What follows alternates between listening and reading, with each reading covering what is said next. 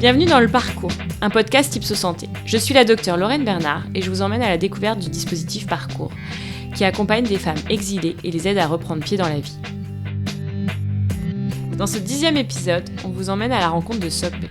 Sokbé, elle vient de Côte d'Ivoire, elle est née à Abidjan. Simon Rubin l'a rencontrée chez elle, dans la chambre d'hôtel qu'elle partage avec sa fille. Sokbé est arrivée en France début 2021. Voici son histoire. Attention, dans cet épisode, nous allons évoquer des sujets extrêmement sensibles et parfois violents. Il sera notamment question de violences sexuelles. Vous écoutez Le Parcours, un podcast produit par Ipsos Santé. Épisode 10, Sokbé. Je suis quitté Abidjan parce que ça n'allait pas du tout. J'étais en mariage forcé. Et j'ai reçu trop de maltraitance là-bas. Mais ce qui m'a donné le courage de m'enfuir, c'est à cause de l'excision de ma fille. Ils ont demandé à ce qu'elle soit excisée. Et elle avait déjà ses 5 ans. Son père a pris sa décision avec ses frères. Sans même me mettre au courant. Et c'est après leur décision, ils se sont mis d'accord que j'ai entendu parler. Je dis non, je ne veux pas qu'on touche à ma fille parce que moi, je vois toujours les images de la mienne. Oui, ça vient toujours à moi comme les images, comme si c'est un film. Oui, parce que moi j'ai été excisé à l'âge de 11 ans. Donc je me souviens très bien de pour moi. Je ne veux pas que ma fille ait les mêmes souvenirs que moi. C'est pour ça que j'ai décidé de m'enfuir avec ma fille. Je suis quitté en Côte d'Ivoire par la voie terrestre jusqu'au Mali. Mali par la voie terrestre aussi. Aller jusqu'à Niger. Après là-bas, passer pour aller en Tunisie. Et j'ai fait quelques temps en Tunisie, dans la souffrance aussi avec la petite. Maltraité aussi par l'homme qui nous hébergeait chez lui. Plusieurs femmes, comme moi aussi, avec les enfants, d'autres sans enfants. Mais on n'avait pas les mêmes objectifs, on n'avait pas les mêmes projets. Pourquoi on s'est enfui. Après ça, j'ai traversé la Méditerranée avec ma fille. Pour rentrer en Italie, à Lampedusa. Mais je n'ai pas fait de demande d'asile à Lampedusa vu que j'étais malade. J'ai demandé à ce que l'Italie m'aide à me soigner. Là, ils m'ont dit qu'il faut que j'aille à Kotsura. Je ne comprends pas l'italien, je ne parle pas.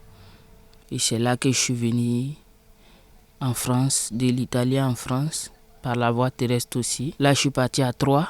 J'ai commencé à dormir à la rue d'abord et c'est après que le Croix-Rouge m'a pris à la gare avec ma fille et nous a amenés dans une auberge de jeunesse. On était logés là-bas avec ma fille et c'est là-bas que j'ai fait ma demande d'asile.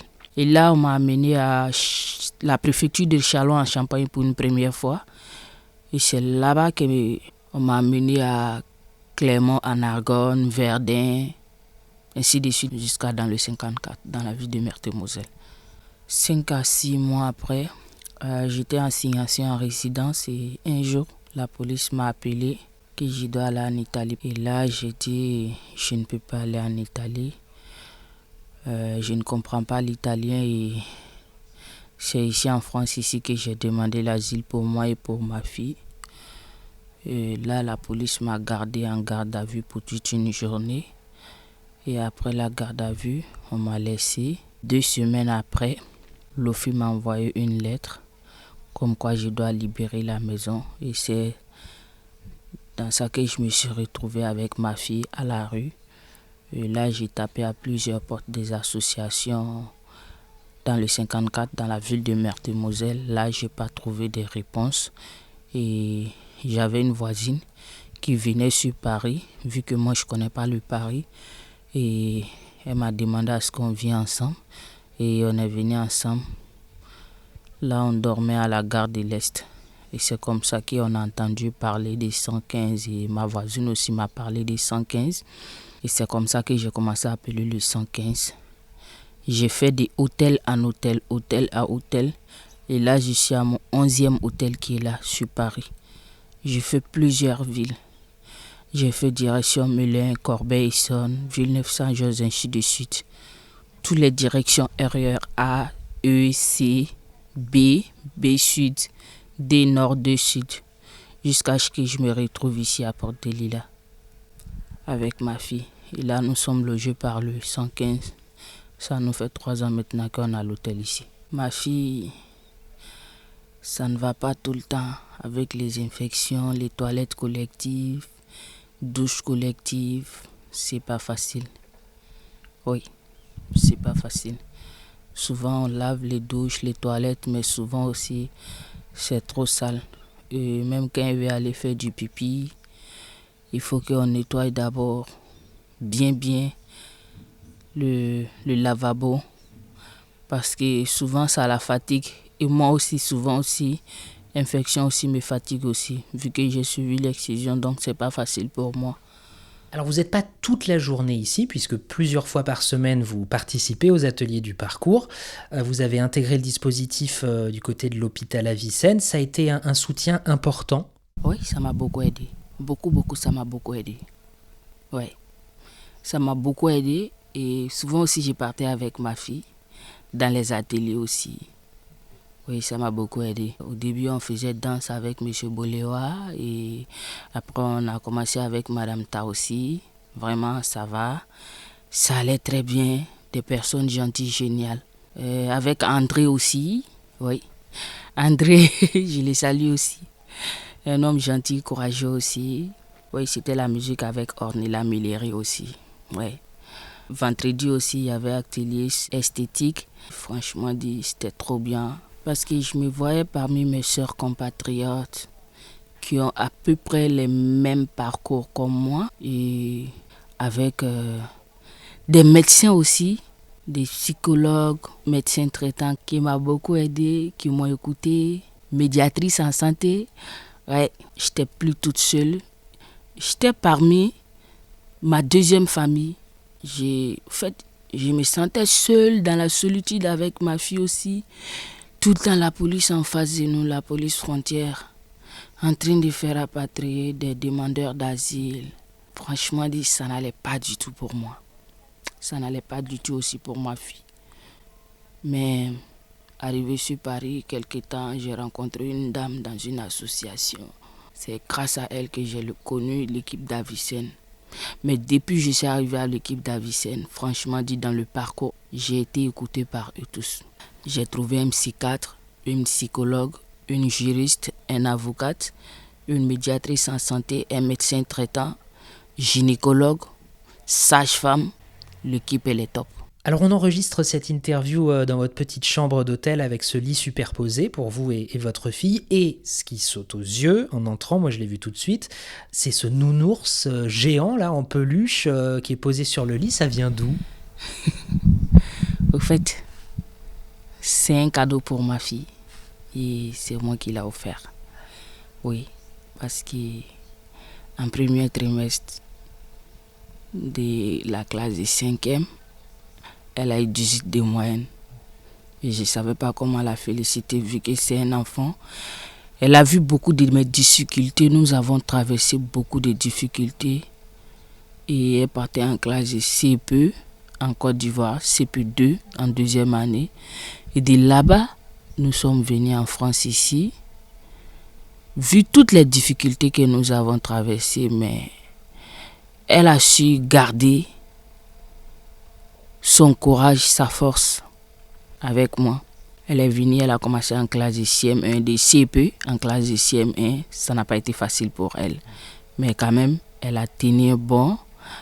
CM1, CM2, tout allait bien à l'école. Et en classe de 6e aussi, tout va bien. Jusqu'en classe de 5e. 6e, elle venait 15 de moyenne. Et là, en 5e, premier trimestre, elle a envoyé 18 de moyenne.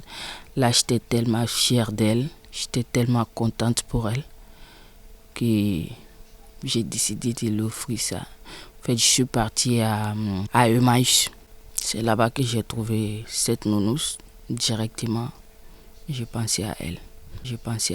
C'est un enfant qui a vu beaucoup de difficultés. Elle était même suivie ici psychologiquement à l'hôpital Avicenne. Et c'est eux qui m'ont beaucoup aidé avec elle. Vu qu'elle était suivie psychologiquement en classe de CM1, c'est l'école qui m'a mise au courant, la directrice. que je dois faire tout possible pour chercher une psychologue en dehors de l'école aussi pour la petite.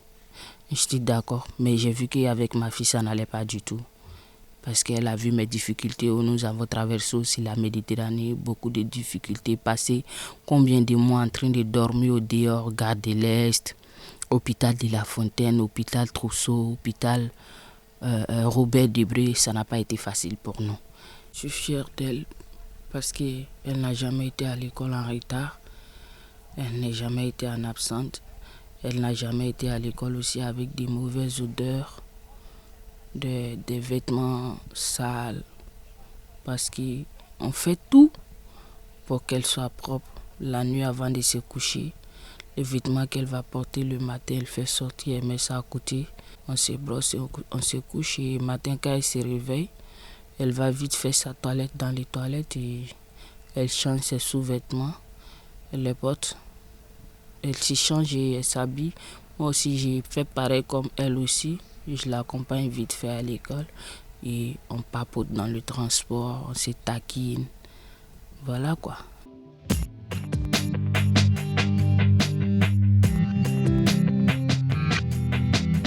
Et c'est la fin de ce 10e épisode. Un immense merci à Sogbe pour son témoignage. Vous l'avez entendu, le parcours a aussi pour objectif de permettre à ces femmes de retrouver un quotidien simple, ou en tout cas, de pouvoir à nouveau espérer retrouver une vie normale. Pour elles, le bonheur, c'est vraiment retrouver ce quotidien que nous, on pourrait juger assez banal, et je trouve ça très beau. Et nous, on se retrouve pour le dernier épisode de notre série. Régulièrement, tout au long du podcast, on a appris des nouvelles de l'atelier musique. Et bien maintenant, place au concert de fin d'année. À très vite!